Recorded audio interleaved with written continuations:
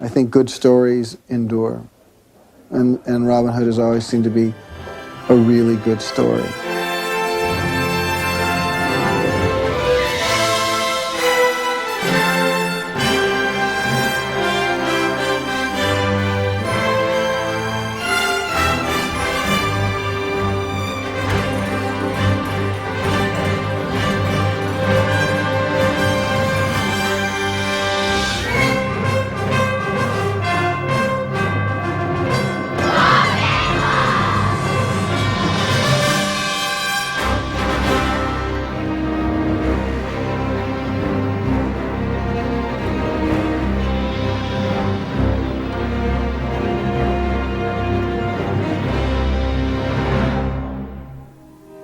List and hearken, gentlemen, that be of free-born blood. I shall tell you of a good yeoman. His name was Robin Hood. Good evening, I'm Pierce Brosnan. He is a legend that goes by many names. The Earl of Huntington, Robin of Locksley, Robert Fitzooth, and Robert Hood. But to centuries of storytellers, he is simply Robin Hood. Who was this outlaw? Did he actually exist? Was he real or just a medieval myth carried on for 800 years? It is a question that scholars still debate today. And for the next hour, we will explore the myth of the hooded man. Was he fact or fiction? Tonight, we will find out.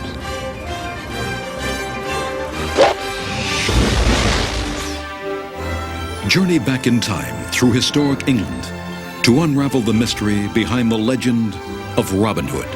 I do believe that Robin Hood existed and that I am related to Robin Hood. May I ask you to readdress me as sheriff, please? I'm the one that has seen Robin Hood's grave. Who was Maid Marian? Is this the grave of Little John? And is this recently discovered 700-year-old document the final proof that Robin Hood was real? Go on location behind the scenes of the most anticipated movie of the year. The stars, the filmmakers, an exclusive look at the making of Robin Hood, Prince of Thieves. And finally, meet Hollywood's hottest leading man, Kevin Costner. He's just one of those actors that grabs you, you know, you like him. I would just give him a 10. Well, I hope I don't bring a whole end to the legend. That's what I'm like hoping.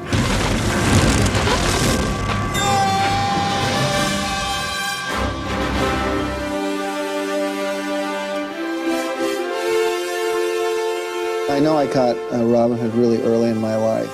I was really taken with it. Who is it? What can you see now? Come on! Come on! Allah be merciful. To the trees! Come on! Come on! Come on! How many? Many.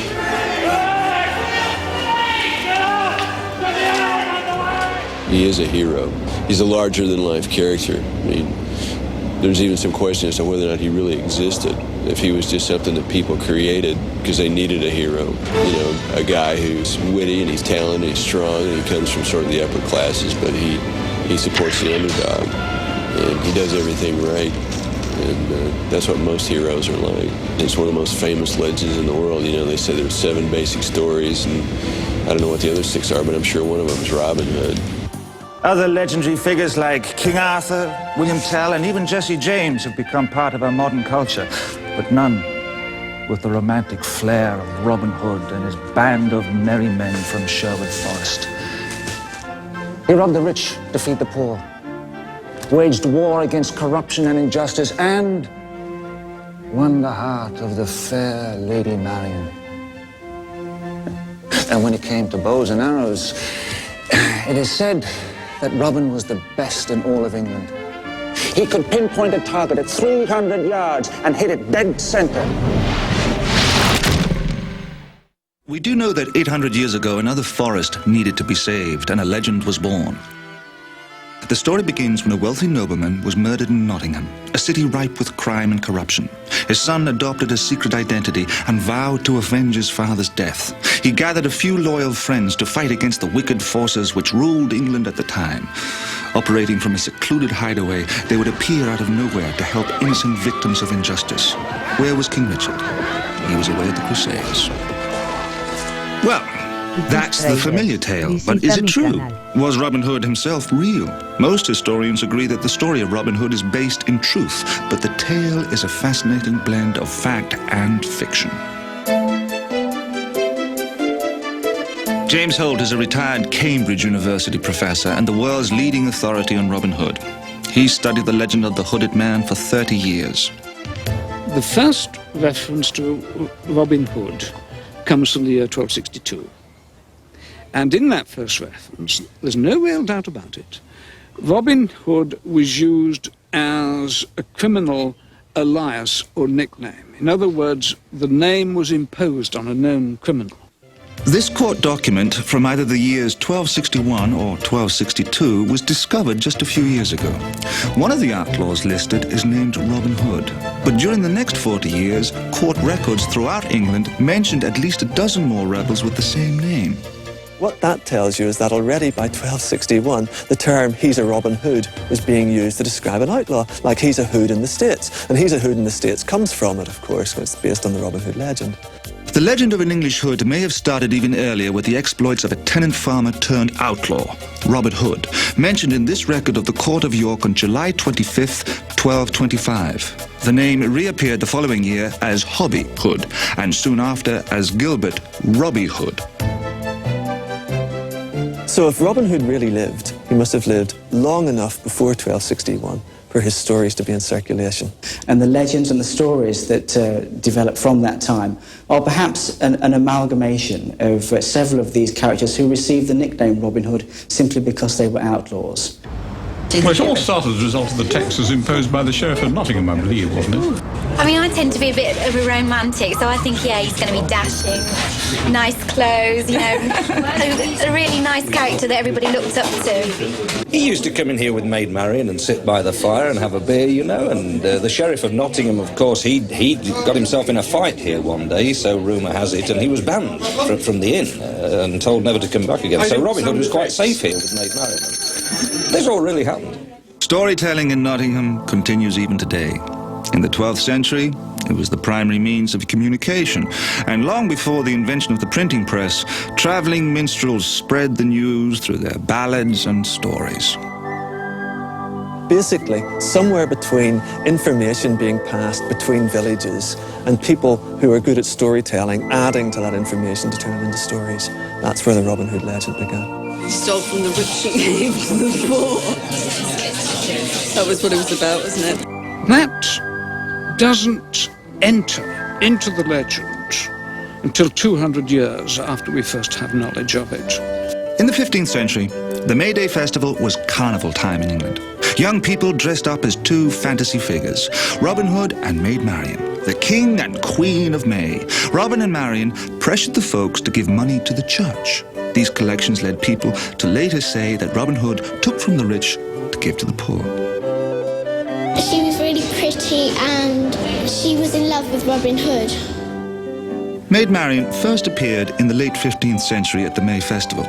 The outlaws' devotion to this spirited young maiden made their love story one that would last through the ages. She vows chastity until they become married, and therefore she takes the name Maid Marian. It is said that Robin's closest friend, Little John, lies buried in a 14-foot-long grave dating back to medieval times. When exhumed in 1784, all that remained was an extremely large human thigh bone. Today in Sherwood Forest, the last remaining physical link to the legend of Robin Hood is a giant oak tree, said to be Robin's actual gathering place. In Nottingham, a few special citizens keep the spirit and the legend alive in their own unique way. I do believe that Robin Hood existed, and that I am related to Robin Hood. May I ask you to address me as Sheriff, please? That's my title, if you don't mind. Many experts claim to have seen the grave, but I'm the only one that has seen Robin Hood's grave. He's a symbol, again, of right and wrong. So, that will keep him alive, I think. Now, it may be fiction, it may be escapism, but it's always going to be with us, and it's none the worse for what it is. He started writing the ballads, then they were turned into prose, then they became plays, then they became silent movies. Then, you know, each generation would add to it. At the turn of this century, cinema was a new phenomenon. Even then, filmmakers were looking for a blockbuster film to bring people to see their product. What better idea than Robin Hood? Now, many people think that the first Robin Hood was the 1922 version starring Douglas Fairbanks. In fact, there were 5 silent Robin films prior to Fairbanks. 3 were British films, and 2 were from Hollywood. Bringing Robin Hood, Prince of Thieves, to the silver screen was just about as difficult as... well, it was just about as difficult as Robin Hood's legendary fight with Little John to gain control of the band of merry men of Sherwood Forest. The props, the costumes, the weapons, all had to create a strikingly authentic 13th century England. Robin Hood, Prince of Thieves, was shot on location throughout England, including historic grounds that have been protected since the time of William the Conqueror.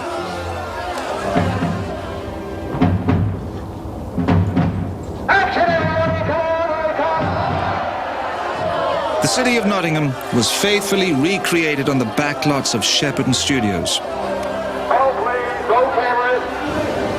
611, take 1, see cameras.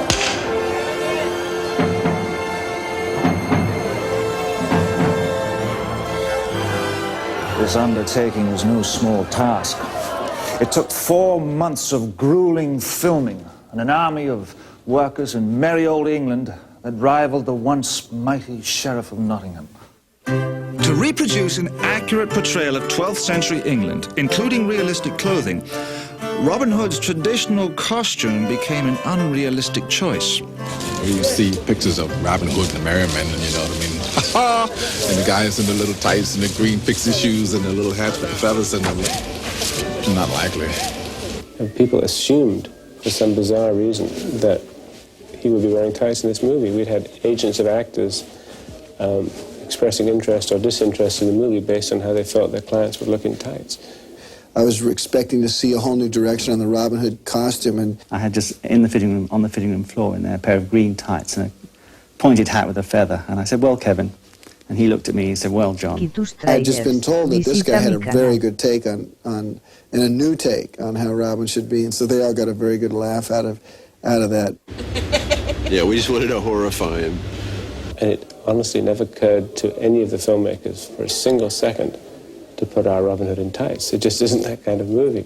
The clothes make the man. The filmmaker's goal was to create an authentic 13th century world, paying close attention to even the smallest of details. For instance, all the bows and arrows, well, they all had to be made to the actual sizes, which were 5 foot 6 inches, true to the period.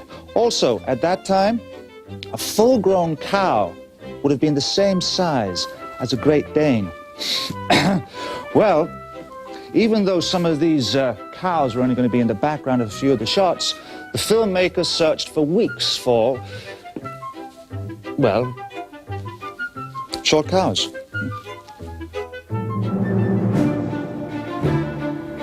It was tough. There's no question. It was the hardest picture I've ever worked on. When you're shooting a sequence, one of the best feelings is when you watch something unfold before your eyes and you really get excited and into it and you see it working. I mean, that's why I do it, is because those sort of ephemeral moments that are there and then they're suddenly gone, and hopefully you captured them on film. Go.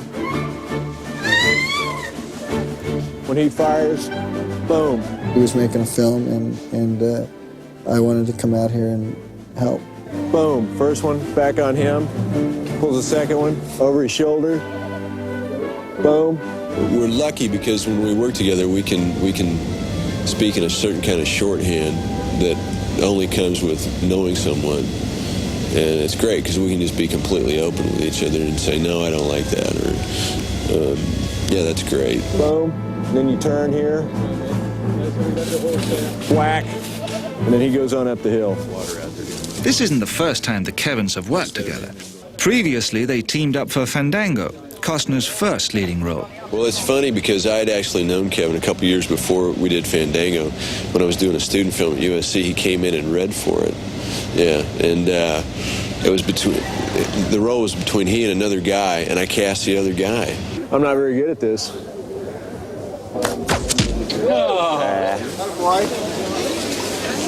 How are we going to cook it?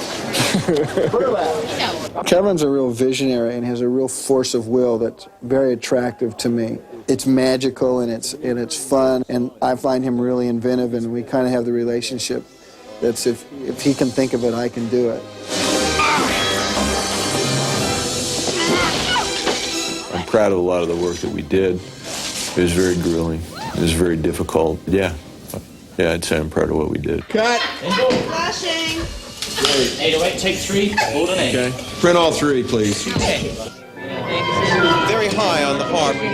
E, F, A, B, ring. I need a G to D pickup as if you're in bar 110. You probably don't know his name, but you definitely know his music. Michael Kamen has composed musical scores for some of Hollywood's most successful films, among them Lethal Weapon and Die Hard. The music is the last ingredient that can help to extract the emotions from the characters. If they're falling in love, you gush for them, and if they're crying, you weep silently for them. And that's why it's called underscore. It's more like underlining an emotion. Here we go.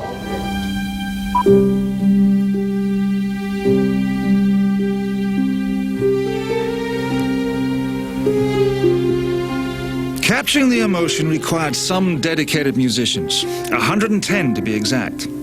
Here, they are creating a romantic feel for a pivotal scene between Robin and Maid Marian.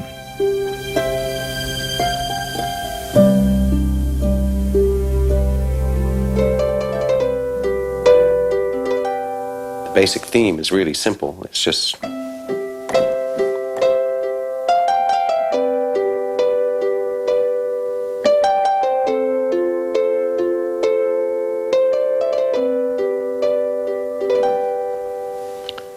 very rarely gets any more involved than that. I play it on this and then put it on score and turn it into musical instruments.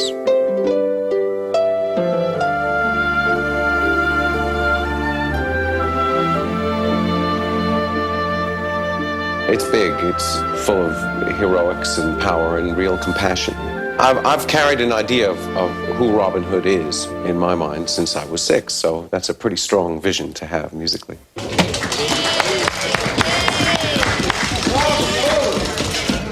Let's go listen to it. So this is how I do it. They give me the picture with these bar of timings underneath it. That's how I know when I'm supposed to be in, when I'm supposed to stop, and when I'm supposed to hit something. The orchestra loves playing flat out for long periods of time. They'll play anything, but they love just running. It's like getting on a horse and galloping. So this is what it feels like for us on the floor.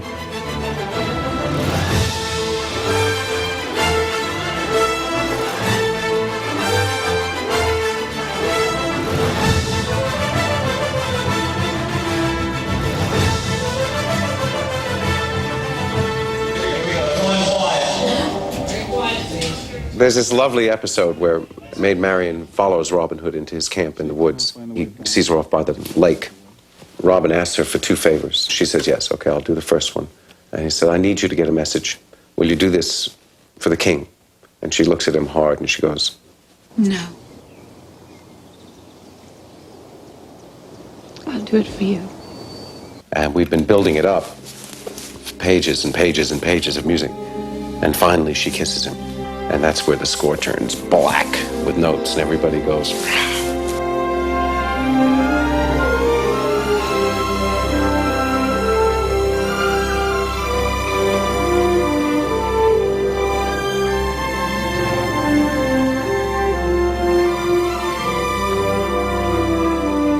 This is a work of love. This has come from the heart. This is something that I really, really care about. Music is a real substance.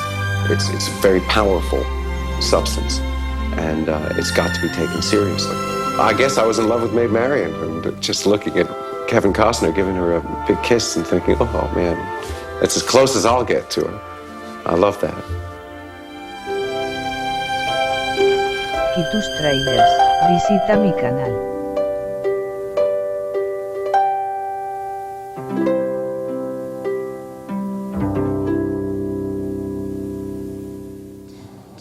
My personal reason for doing Robin Hood was that genuinely inside me was a desire to create the myth of Robin Hood again as I believed it could have happened.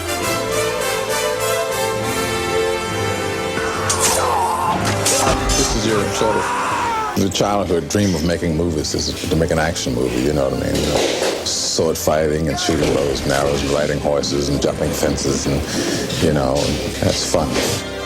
Join us now! Morgan Freeman portrays Robin's trusted friend, Azim, a wise warrior from North Africa. Join Robin Hood! It's his opinion I saved his life, and his religious beliefs are such that he dedicates his life to repaying that debt, the debt of life. Azim! It's time to redeem that vow! Well, he of course feigns uselessness, but he's always got an eye on me, and from his point of view, would not have let anything happen to me. Any great ideas? Get up! Move faster! Move faster.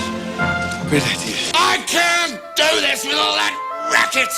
Alan Rickman portrays a truly evil sheriff of Nottingham who dabbles in murder and black magic.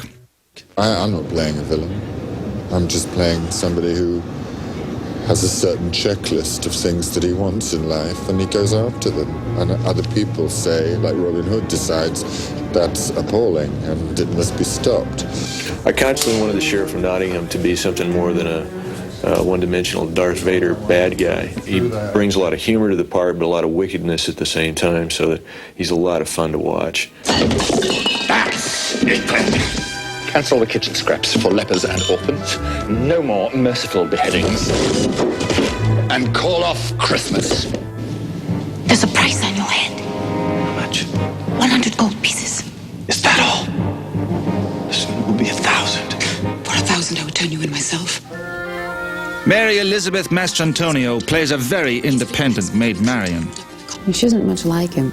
I don't think she much trusts any man anyway, so, and there's no reason to, you know. They've all gone off and left me. So she's, and they, little by little, I guess there's something about him that she kind of fancies. Yes! Beautiful shot. God! And Christian Slater rounds out the cast as the mysterious Will Scarlet. We're not really like expert robbers, you know. Robin sort of teaches us the skills that we haven't yet acquired, you know. Recognize this? I shall never fear my father's sword. I'd like to believe there was a guy like that, yeah. I don't know anybody that wouldn't. What is it that has allowed this character of Robin Hood to exist for 7 centuries? Well, for one thing, he stood up for the common man. He was fearless in battle, but yet he was a compassionate friend. He was a free-spirited adventurer, but had a pledge for only one woman. And yet, he was considered a rebel with a cause. It can be said that Kevin Costner, the new Robin Hood, is also a rebel with a cause.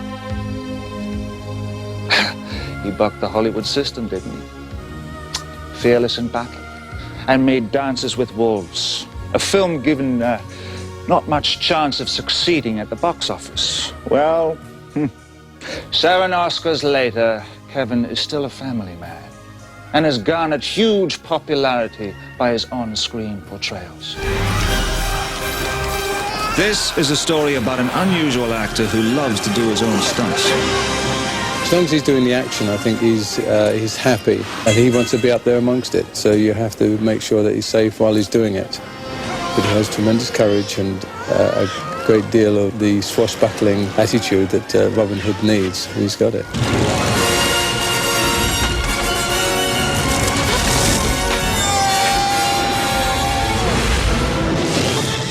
I do a lot of bareback riding because I steal a horse.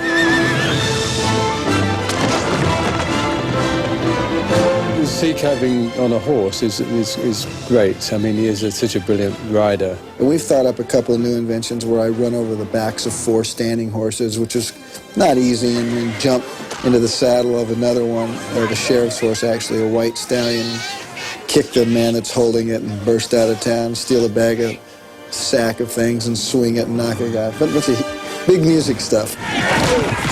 Okay, Kev. Yeah. Is the reason I haven't delivered a blow myself is because his sword is so powerful? Yep. That's it.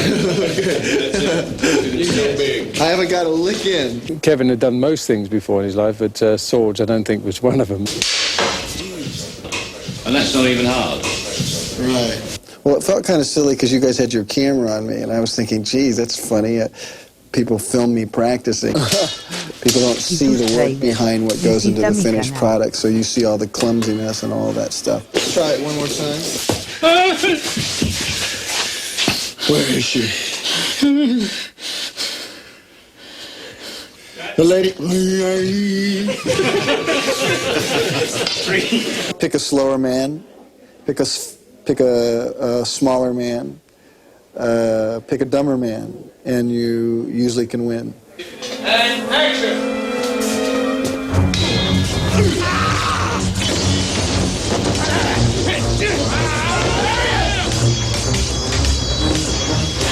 Kevin is so right for the role. We never really questioned it for a second. When you see him with the bow and arrow in his arm, and you just know that Kevin Costner is Robin Hood. It's the one of recognition whenever you think of Robin Hood. It's the weapon of choice, I guess. It's the one he's the most proficient at. And you fire one arrow like that, and then you take off down the hill looking over your shoulder and head that direction, okay? Day 2, and we were burning the village, and Kevin was there, and he was showing me his new bow and his new outfit, and he was so proud of it. And I said, well, do you know how to shoot that thing? And he said, sure. So he just pulls an arrow out of his quiver, and he turned around, and there was a rabbit hanging on a hut about, I don't know, it had to be 30 yards away, and I said, shoot that rabbit. So he turned around and just nonchalantly drilled this, stuffed rabbit from about 30 yards. I couldn't believe it.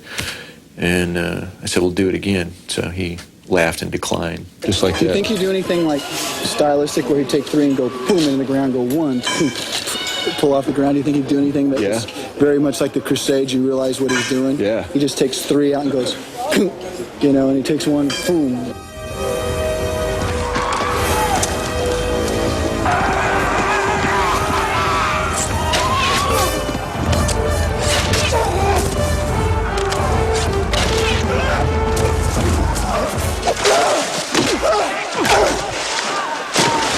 Shooting the sequence between he and Little John where they battle in the river. Done a lot of things in my career, none any harder than that. You can't really tell when you see the scene now, but that water was about 32 degrees. You're talking about 10 hours a day in the water. And we shot for 4 or 5 days. From the get-go, I fall in the water. Between takes, he was so cold that his hands would cramp up. It was really cold.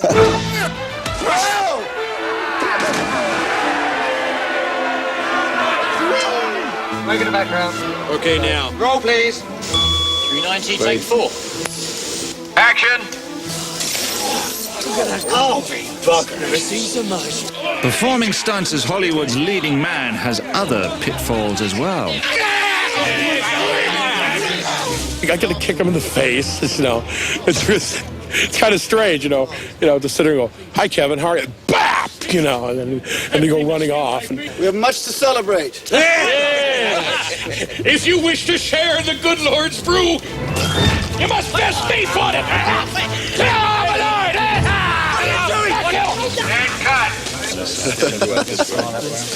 What does it say? I get the shit out of me. Even though Kevin Costner has struck Oscar gold and his career is exploding, he remains a man with a strength of character, not unlike the roles he chooses to portray. And he can pull it off. It's not like he'll stand there for the close-ups and then calls for the double, for the difficult stuff, He does it all, with a certain amount of panache. He's really good at what he does. I don't know. He's just one of those actors that grabs you, you like him. I would just give him a 10.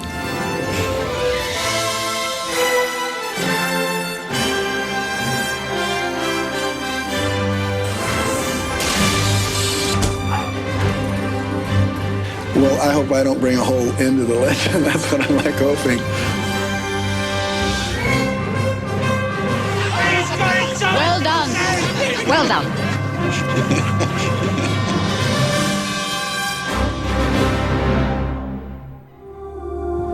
amidst the darkest glades of Sherwood Green, in the deepest part of the wood, some say can still be seen the ghost of Robin Hood.